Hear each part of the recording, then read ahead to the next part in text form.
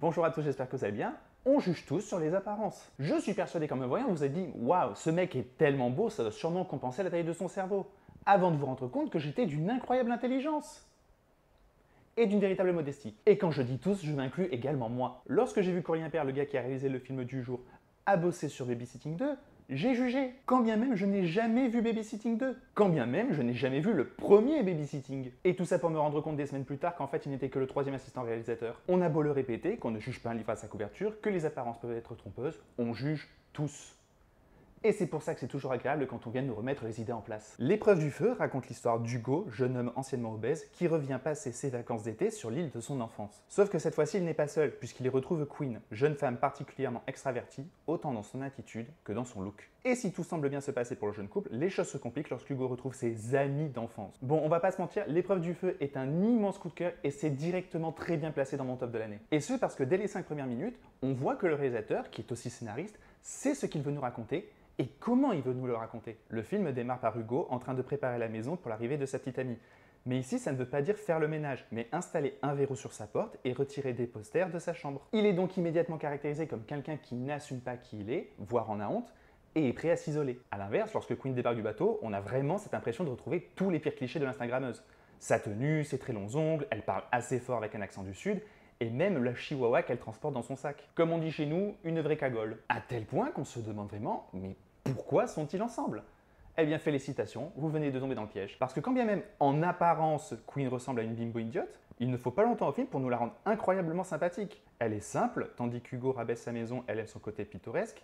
Aimante, s'occupe de sa grand-mère à Toulon, elle est drôle, a de l'esprit, autant dire que vous allez vite regretter de l'avoir sous-estimée. Et c'est amusant de voir comment ce que l'on assimilait à des clichés, au fur et à mesure, vont être détournés par l'écriture de ce super personnage. La longueur de ses ongles, la première à s'en moquer. Ma mémé Dito a dit ça fait paix la merde. Elle est esthéticienne, ce n'est pas tant parce qu'elle est obsédée par l'apparence, que pour aider les autres à se sentir mieux. Instagram, davantage une volonté de partage que de susciter le regard. Même le chien, elle l'a choisi parce que désiré par personne. Mais même dans la relation entre nos deux protagonistes, on comprend pourquoi il y a une telle alchimie entre les deux. C'est parce qu'ils se complètent, mais surtout, eux, ils ne se jugent pas. Hugo apprécie que cette magnifique femme fasse ressortir une autre facette de lui, quand bien même il manque encore d'assurance. On sent encore le traumatisme des moqueries qu'il a pu subir dans sa jeunesse. Elle aime que ce garçon simple ne la résume pas à son apparence et voit ce qu'il y a derrière les paillettes. L'un de leurs plus beaux échanges est sans doute lorsqu'il lui avoue qu'il a eu recours à la chirurgie esthétique pour l'aider dans sa transformation. Et qu'elle n'a aucune réaction. Parce qu'il n'y a aucune réaction à avoir en fait. Et toute la première partie de l'épreuve du feu fonctionne vraiment à nous faire croire à ce couple. C'est drôle, c'est mignon, sans être niais.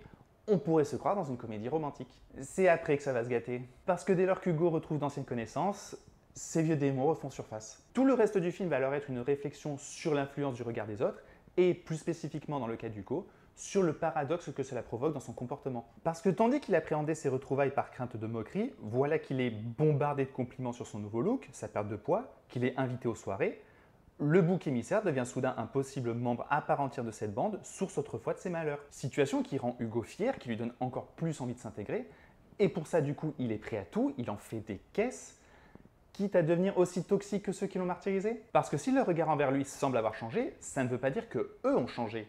Et ça, on s'en rend vite compte avec Queen. C'est amusant de voir comment toutes leurs expressions, réflexions et questions sont exactement celles qu'on a nous-mêmes eues au début du film. Nous mettant vraiment face à nos responsabilités et nous faisant nous demander « Attends, je suis vraiment comme ces connards ?» Et tout cela, les thématiques, les luttes d'Hugo, la relation qu'il a avec Queen et son évolution, est traité avec énormément de naturel, de subtilité et d'intelligence. On sent que ce sujet est important à Aurélien Impair parce que ce synopsis est exactement celui de son précédent court-métrage, Coqueluche. Et excepté que de ce que j'ai lu, on est davantage du point de vue de la fille que du mec. On n'a jamais ce sentiment qu'une situation est forcée, et quand bien même le comportement d'Hugo peut nous énerver, parce qu'il a été parfaitement caractérisé, on comprend toujours ses motivations. Mais au-delà de l'écriture, il faut vraiment mettre en avant le casting qui est hallucinant. Félix Lefebvre, je le savais depuis été 85, il était un incroyable acteur, il ne m'a jamais déçu et il le prouve encore une fois.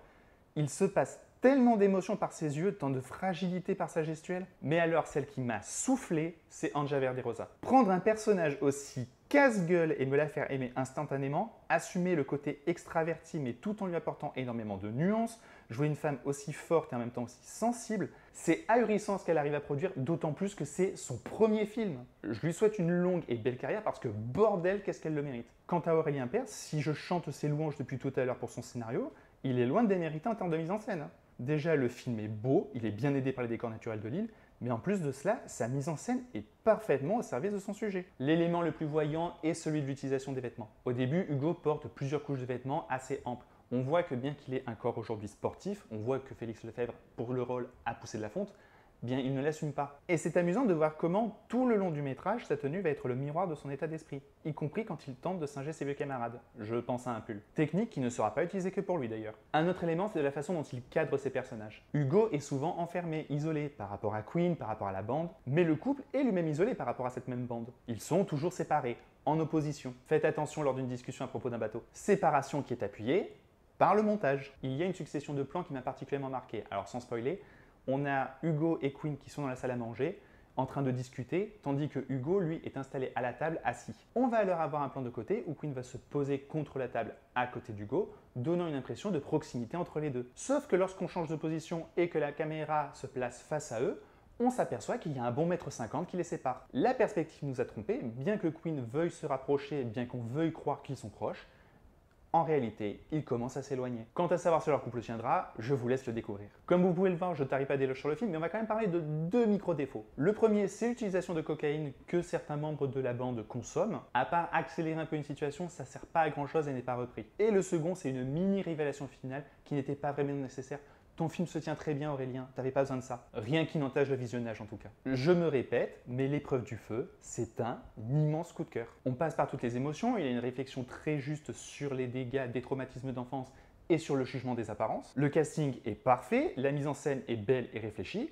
Vraiment, je ne peux que vous encourager à aller le voir en salle. Voilà, c'est tout pour cette vidéo, j'espère qu'elle vous a plu. On n'oublie pas de liker, de partager, de commenter. Dites-moi si vous avez déjà vu le film, dites-moi si vous comptez aller le voir. On se retrouve très vite pour de prochaines critiques. En attendant, n'oubliez pas d'être curieux, allez au cinéma, regarder des films.